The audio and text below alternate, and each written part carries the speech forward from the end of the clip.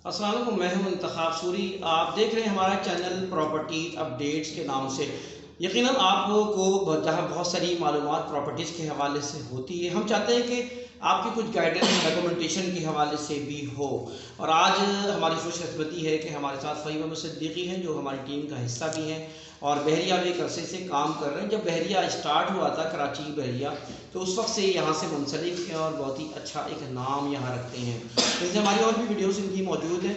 और आज हम ख़ास तौर पे बहरिया के डॉक्यूमेंटेशन के हवाले से, अगर आप कोई प्रॉपर्टी लेना चाहें रीसेल पर, तो उसके ट्रांसफ़र का तरीक़ाकार क्या होता है।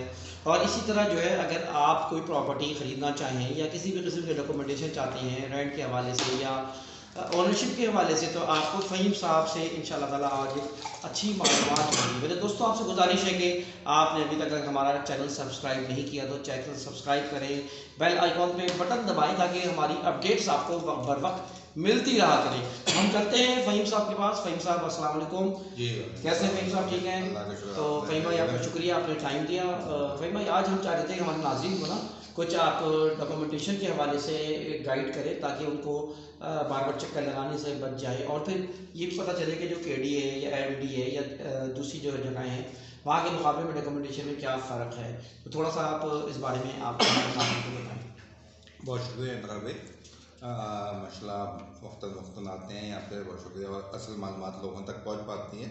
इसमें सिंपल एक तो ये है, सादा तरीके से ट्रांसफ़र का तरीक़ाकार बता देता हूँ कि ट्रांसफ़र अगर कोई भी फाइल हम किसी भी कोई प्लॉट ख़रीद रहे हैं किसी से, तो उसमें फिर उमूमन ये होता है कि बहुत आसान तरीक़ेकार है कि हम जब दे रहे हैं तो सबसे पहले जो है ना एनडीसी पड़ती है, नो ड्यूज सर्टिफिकेट जो है ना, तो वो एनडीसी अप्लाई करते हैं। उसकी जिसका भी नाम का है उसके एनआईसी वो लगा के एनडीसी अप्लाई हो जाती है।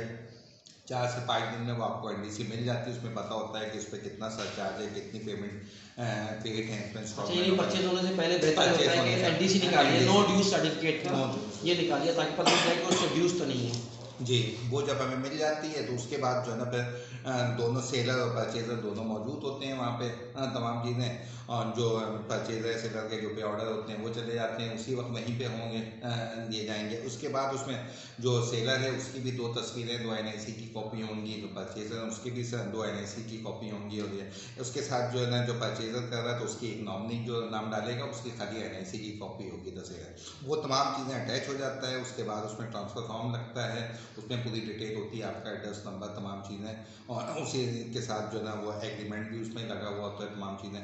ये हो कि ये तमाम उस काउंटर पे ले जाते हैं, नंबर वहाँ से टोकन इशू कराते हैं, नंबर होते हैं। तो पहले में ख़ास बात ये है कि आपका ट्रांसफ़र उस वक्त तक नहीं होगा अगर उसमें एक पैसे का भी ड्यू मौजूद है या कोई भी उसमें पैसे मौजूद है, वो ट्रांसफ़र नहीं होगा। तो सबसे बड़ी बात है कि जब आपके पास वो जा रहा है तो पिछली तमाम चीज़ें जो है ना, वो तमाम चीज़ें ज़ीरो हो गई। Bahria is providing already that safety है, सेफ्टी है बहुत ज़्यादा जो।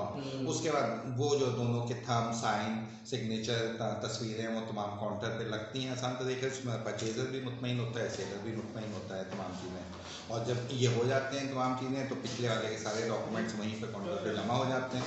और वो आपको फिर आधे घंटे में, 15 मिनट में, जो भी प्रोसेस है वो करके आपको एक प्रोविजनल लेटर इशू कर देता है ना। प्रोविजनल लेटर वो आपका इशू होता है जो चीज़ में, और इस तरह आपको आसानी हो जाती है। जब प्रोविजनल लेटर देने के बाद इस तरह का लेटर इशू होगा, फिर उसके तकरीबन 20 दिन के बाद जो है ना, 20 दिन के बाद इस तरह का गोल्डन पेपर जो है, गोल्डन पेपर वो आपको जारी कर दिया जाता है। ये गोल्डन पेपर है नाज़रीन, और ये गोल्डन पेपर जो है आप समझे कि इस तरह का गोल्डन पेपर होता है, और इस तरह का ये गोल्डन पेपर जो है इसमें मिलता है। ठीक है, ये मिलता है जो कि मतलब ये ओनरशिप। ठीक है। अच्छा, अथॉरिटीज़ का तरीक़ा क्या होता है? अथॉरिटी कोई शख्स अगर बाहर है, कराची से बाहर है या पाकिस्तान से बाहर है, तो उसका क्या तरीक़ा होता है? जैसे परचेज़र भी बाहर है या कोई चीज़ अगर कोई नॉमिनेट करना चाहता है तो वो अथॉरिटी बना के दे देता है अपने ब्लड डोनेशन या किसी भी को भी कि ये मेरी जगह ये पेपर जमा करा सकते हैं, डॉक्यूमेंटेशन दे सकते हैं, रिसीव कर सकते हैं, जमा करा सकते हैं, दोनों चीज़ें। तो वो हो जाता है मामला यहाँ पे। उसके बाद अगर यहाँ पे सेलर मौजूद नहीं है और कोई चीज़ बिकनी है तो वो फिर जो है ना वहाँ से अथॉरिटी बाहर से ओके आती है, जो ना वो एम्बेसी से अटैच होगी, यहाँ फॉरेन अफेयर से अटैच होगी। उसके बाद जो है ना फिर यहाँ पे टिकट लगता है कोर्ट से 5,000 का, उर्दू इंग्लिश अखबार में जो है वो आपको ऐड दिया जाता है। उसके बाद वो फिर जिस वक्त ट्रांसफ़र हो रहा होगा तो वो एक ऑन कॉल करेंगे वहाँ पे जो ना वॉइस कॉल करेंगे व्हाट्सएप पे, वो फिर ओके हो जाएगा भैया। तो बहरिया में इतनी मुश्किलात नहीं है, मतलब आसानी से सारे मामला हो जाते हैं। बस ये कि आपको तरीक़ेकार पता होना चाहिए। अच्छा फ़हीम साहब, कोई भी शख्स अगर परचेज़ करता है पाकिस्तान से बाहर है तो वो किस तरह पेमेंट कर देगा, क्या तरीक़ेकार होगा और उसकी सेफ्टी क्या होगी? अगर वो ख़ुद कोई यहाँ मौजूद नहीं है तो क्या पाकिस्तान से बाहर रहते हुए यूरोप, अमेरिका वगैरह में कहीं मिडिल ईस्ट में, तो वो पेमेंट का तरीक़ेकार कुछ हो सकता है कि वहीं पे पेमेंट कर दें? अमूमन होता तो है कि सिलसिला अगर आपके अपने पर्सनल लिंक हैं, मामले हैं, तमाम चीज़ें उस पर हो जाए, लेकिन बेहतर तरीका यही होता है कि ज़ाहिर सी बात है कि अब ये क्योंकि इस वक्त जो चीज़ें परचेज हो रही हैं इनके ये क्लाइंट से हो रही हैं, तो फिर अमूमन ये कि यहाँ आप अपने चैनल से अपने रिश्तेदार, अपने जाने वाले उनको पेमेंट वो करें, वो यहाँ से फिर पेमेंट कर देंगे।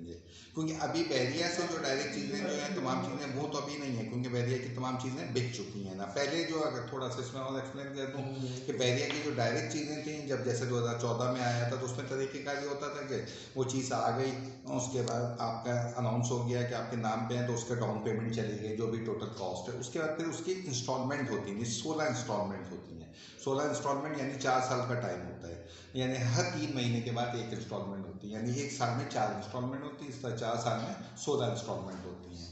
तो इस तरह से जो नहीं तमाम सिलसिला जो ना मतलब हो जाता है यहाँ पे इंस्टॉलमेंट का बेहतर तरीके से, और वो फिर आखिर में जब आप हो जाती तो टोटल आपकी पेमेंट पेड हो जाती है सिलसिला। तो ये बैरिया, लेकिन बैरिया के अभी तकरीबन जो है ना 99% तो चीज़ें सब बिक चुकी हैं, तमाम चीज़ें बैरिया में अभी कोई डायरेक्ट ऐसी चीज़ नहीं है कि जो आई है, आगे आए तो अलग बात, लेकिन फिलहाल अभी है ना।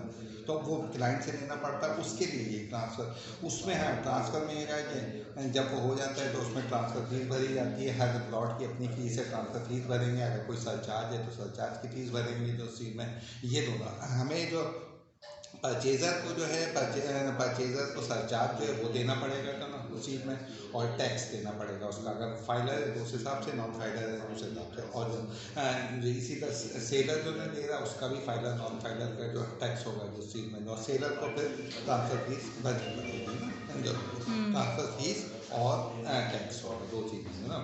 और परचेज़र्स के पास जो सरचार्ज होगा अगर उस पर कुछ कमी है तो वो भरेगा, और दूसरी चीज़ वो टैक्स वो भी देगा ना। ठीक। अच्छा, तो ये बताइए कि पोजीशन लेटर वगैरह की ज़रूरत कब पड़ती है, और अगर कोई चीज़ किराए पे देनी चाहें या किसी को अगर रेंट आउट करना चाहें तो उससे पहले क्या तरीक़ाकार होता है? देखिए इसमें अब इसके बाद जब ये चीज़ें खरीदनी तमाम चीज़ें, तो रेंट का भी यहाँ पे प्रोसेस उमूमन फ्लैट्स का, 2 बेड अपार्टमेंट का, दूसरी चीज़ों का तो अच्छा है, थोड़ा सा लोगों को मुश्किल लगता है ये होता है, लेकिन वो इसलिए भी किया, इसी वजह से फ्लैट का इमेज बेहतर रहा है। तो यहाँ पे अगर एक मिसाल है, रिसेप्शन पे कोई आ रहा तो अपना गेस्ट आ रहा तो NIC दे के अपना एंट्री कराएगा, अगर फीमेल कोई आ रही तो फीमेल को फीमेल रिसीव करेगा, अगर कोई मेल आ रहा तो मेल को मेल रिसीव। तो इससे हकीकत है कि जो आज ये 22-60 के जो फ्लैट थे 22,60,000 के, आज वो 70 लाख पे चले गए, तो कोई वजह है इस वजह से, और मज़ीद इसका फीचर अच्छा है तमाम चीज़ें। तो बाकी ये रेंट के लिए जो लेता है उसके लिए सारी चीज़ें होती हैं, पुलिस वेरिफिकेशन भी होगी, उसके NIC भी है, तस्वीरें भी हैं, निकाहनामा भी है, तमाम चीज़ें। उसके बाद उसका एक इंटरव्यू भी होगा, मेडिकल भी होगा, इन तमाम के उसके बाद वो क्लियर होकर उसको ये चीज़ें दे दी जाएंगी यहाँ पे, है ना। अच्छा, इसमें जो है ये आप एक मतलब पास वगैरह होता है, पोजीशन लेटर बनता है वहाँ पे, या ये जो है ये आप बता रहे थे कि ये जो है आप समझे कि एक अथॉरिटी लेटर बनता है। हाँ, तो ये इनकी ज़रूरत कब पड़ती है? इसमें जब ये सारे प्रोसेस हो जाएगा रेंट में तो वो आपको जो ना फिर NOC दे देंगे, कि NOC का मतलब ये कि आप शिफ्टिंग कर सकते हैं, सामान ला सकते हैं। उसके बाद वो आपको गेट पास इशू हो जाता है, तमाम चीज़ें कि आप यहाँ से सामान ज़्यादा कोई चीज़ लानी है नहीं लानी, उसके लिए आपको गेट पास या NOC होना ज़रूरी होता है तमाम चीज़ों में। तो सिंपल है, वो आपके वही जो डॉक्यूमेंट चीज़ें भर के तमाम चीज़ें वो लेटर इशू कर देते हैं। तो ऐसे ओवरऑल प्रोसेस अच्छा है, तमाम चीज़ें कोई ऐसा डिफिकल्ट नहीं है, बच्चे की ज़रूरत है। उसके 26,000 है ना। अच्छा फ़हीम भाई, मैं आपसे एक सवाल करना चाह रहा हूँ। एक तो थोड़ा सा एक प्रोसेस है इसमें, एक सिंपल कि पेपर कौन सा मिलता है, कब मिलता है, साथ साथ ट्रांसफ़र फ़ीस क्या है यहाँ की, और इसमें फाइल में टाइम कितना लगता है, ये थोड़ा सा बता देना नाज़रीन को। इसमें कुछ ऐसा है कि जब हमने वहाँ पे तमाम हेड ऑफिस में हमारा ट्रांसफ़र हो गया, तमाम चीज़ें वहाँ पे तस्वीर खींच गई है, उसके थंब लग गया और सिग्नेचर हो गया, पेमेंट प्रोविजन लेटर कब होता है? हाँ, तो उसके बाद ही फिर आधे 1 घंटे के अंदर उसी वक्त जहाँ पे आप मौजूद हैं तो ये आपको प्रोविजनल लेटर यहाँ पे मिल जाता है। पार्टी जिसने खरीदा है उसी के नाम का प्रोविजनल लेटर इशू हो जाता है जो चीज़ में, ताकि जो क्लाइंट दिया है जिसने पेमेंट दी उसे इत्मीनान हो जाता है कि, और ये उसी वक्त इशू होता है कि जब पीछे कोई ड्यूज या कोई चीज़ नहीं है। तो यानी ये प्रोविजनल लेटर आपको मिल गया पहले स्टेप में, ठीक है। दूसरे स्टेप में फिर उसके 20 वर्किंग डे, 20 से 25 वर्किंग डेज यानी महीने से ऊपर लग जाता है, तो उसको कहते हैं गोल्डन पेपर। उस गोल्डन पेपर वो आपको ये प्रोविजनल लेटर दे के काउंटर पे वहीं हेड ऑफिस में दे के वो आपको गोल्डन पेपर यानी ये इसका ओरिजिनल पेपर ये आपको रिसीव हो जाता है। इसके ब्याह पे यानी आपको ओरिजिनल चीज़ मिल गई। इसके ब्याह पे अगर कभी आप कोई सेल करना चाहते हैं, बेचना चाहते हैं कुछ, तो इसी के ब्याह पे दोबारा बिक सकता है। जो इसको कहते हैं गोल्डन पेपर, जो इसी के ब्याह पे आपका स्टेटमेंट वगैरह भी निकल आएगा जो आपके नाम पे होगा, अब पुराने वाले परचेजर के नाम नहीं होगा नए से। इसके अगर और उसके बाद जो है अगर उसका आप जो पोजीशन भी चाह रहे हैं, पोजीशन तो एक ये पोजीशन का फॉर्म है, सही है पोजीशन फॉर्म, इसके आप यही गोल्डन पेपर की एक कॉपी, 2 तस्वीरें, 2 NIC वो लगा के आप इसके बाद पोजीशन के लिए अप्लाई कर देंगे। पोजीशन की जो फीस होगी जो वो यूटिलिटी और पोजीशन की वो अप्लाई करेंगे।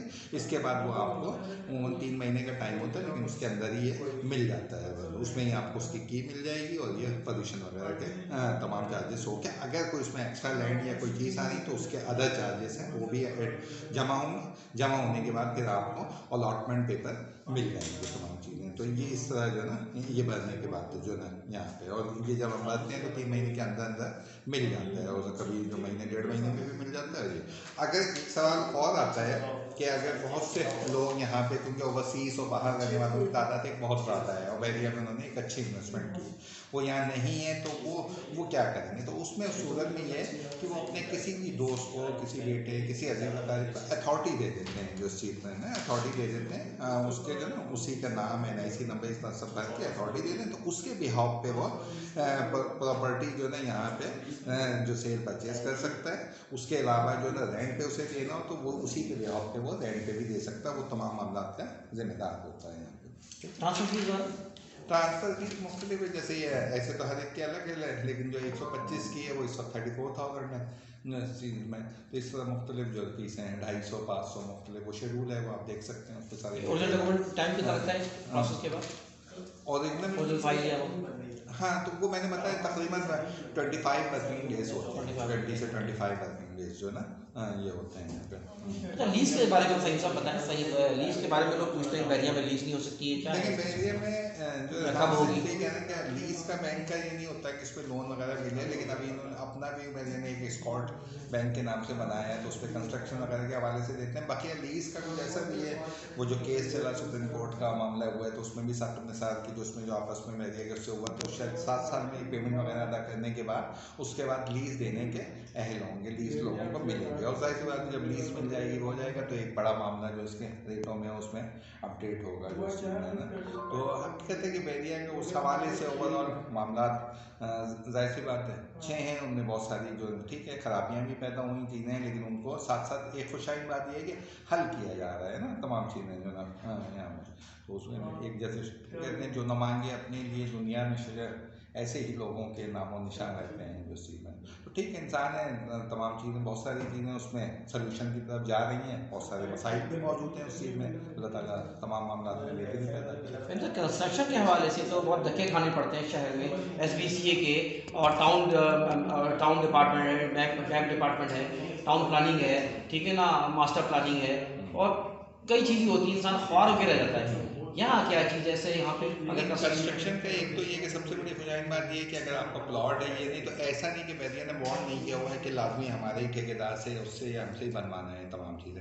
आप जो बैरिया के मेन जो उसके रूल्स हैं फॉलो हैं वो उनको फॉलो करें, ठीक है। तमाम चीज़ें मैप वगैरह का मामला यहीं से सब कुछ पास होता है, यहीं के डिपार्टमेंट ने तमाम चीज़ें वो उनके अपने नक्शा पर, ऐसा नहीं कि आप किसी घर का अलग कलर हो जाए, किसी घर अलग हो जाए तमाम चीज़ें, तो उस अंदाज में नहीं रहा है। इसकी खुशनुमा और ब्यूटी को भी कायम रखना है यहाँ पे, तो इस वजह से वो बाकी मेन रूल है उनको आप फॉलो करेंगे तो वो फिर उस सिलसिले में आप जो ना मतलब बना सकते हैं आराम से। यहाँ काम होता है यहाँ अल्हम्दुलिल्लाह के मतलब काफ़ी जो मामला आसान हो जाते हैं, आसानी से आदमी बना सकता है। तो एक नए लोगों के लिए, नई जनरेशन के लिए, लोगों के लिए मेरे लिए एक अच्छा कंस्ट्रक्शन में अगले अगर लोग अभी काम में आएंगे तो अगले 10 से 15 साल का काम मौजूद है यहाँ पे। बहुत शुक्रिया नाज़रीन, आप देख रहे थे फ़हीम साहब। अपना नंबर अगर आप शेयर करना चाहें तो नंबर आपका क्या है बता दें ताकि और भी वेरिएंट के हवाले से किसी भी कोई मालूमात के लिए कोई आप सेल परचेज के हवाले से भी आप जो है प्रॉपर्टीज़ की रेंट वगैरह कोई भी है बैरिया में बैठे हुए और माशाल्लाह एक अच्छी, पर मैं वो मुझे खुशी होती है कोई बैरिया के हवाले से बात पूछे करे तमाम चीज़ें, तो मैं मशवरा, क्योंकि मशवरा एक अमानत होती है, एक अच्छा जो है मशवरा देना तमाम चीज़ें, तो उस सिलसिले में आप मुझसे किसी भी किस्म की मालूमात ले सकते हैं। मेरा नंबर है 0332542673। बहुत शुक्रिया फ़हीम भाई। फ़हीम भाई हमारे साथ थे। इंशाल्लाह फिर अगली वीडियो में फिर आपसे मुलाकात होगी। इजाज़त दीजिए, अल्लाह हाफ़िज़।